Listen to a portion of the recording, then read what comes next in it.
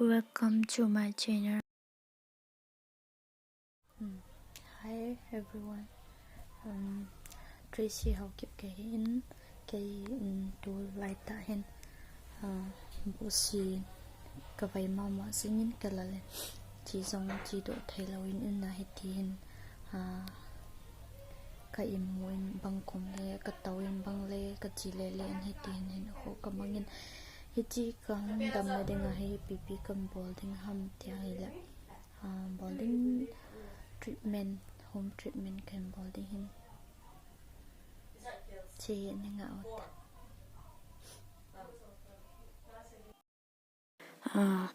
kahung kipat na hi ni thom lang hi tan he chilo hoi ka hin ne hi wangin phatchom point he ji chun home treatment ka hin balding hin nên chu ka hin pat ding hi tan an vet tawai ti pa na hin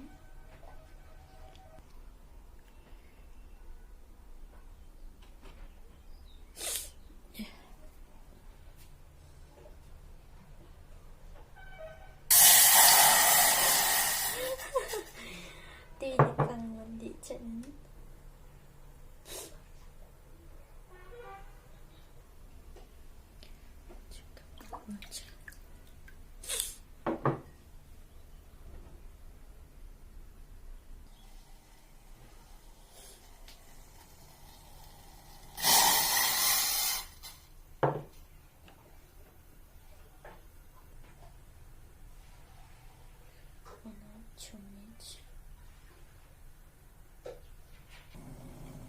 chị thiên là hiển ginger chị cả đinh tuy sa cần em đinh cả hình ạt chạy tán rồi hình thả đinh hiện tại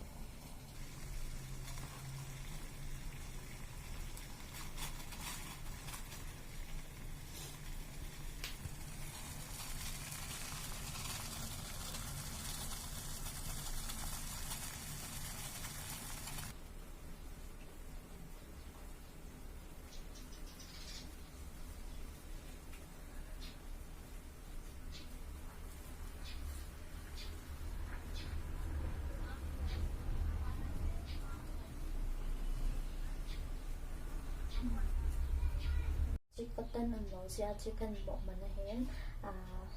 hết chỉ tuy sao hù bột bay thì hết trong hạt mình nhẹ nhìแต่บางไปเลยmình nhẹขันสองละหกเป็นแต่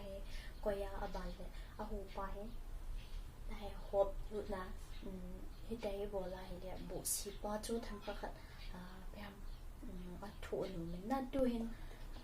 มาสังจนกันนะฮะอีกขัดกันละเล่นน้ำบ่สิเจอบางอย่างที่กันบ่ไล่เลยตัวเห็นเนียวขายหัวลมไทย pharmacy เราเห็นที่จะจมเราตั้มปีกันเลยกับไปวันจะใส่เป็นที่จู่กับบ่เล่นพัดจมปนเห็นว่าเห็นจี treatment เห็น home treatmentเห็นไปทำเห็นตุ่มงานกับวัดสังเห็นพวกเอ็นเกมันก็กินจัดนะกันบ่เลยไปทำอิตาสันอิตามเสดีบางอาจูเนียวขัดกับห้องเกยสังการพัดจมปีเสียจูเกยแต่บางอาไปทำ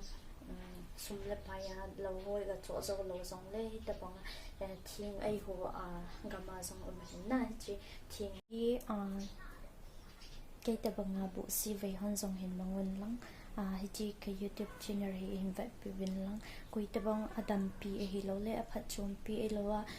เวีย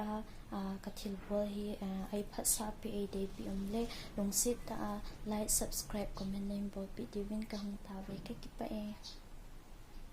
Love you all.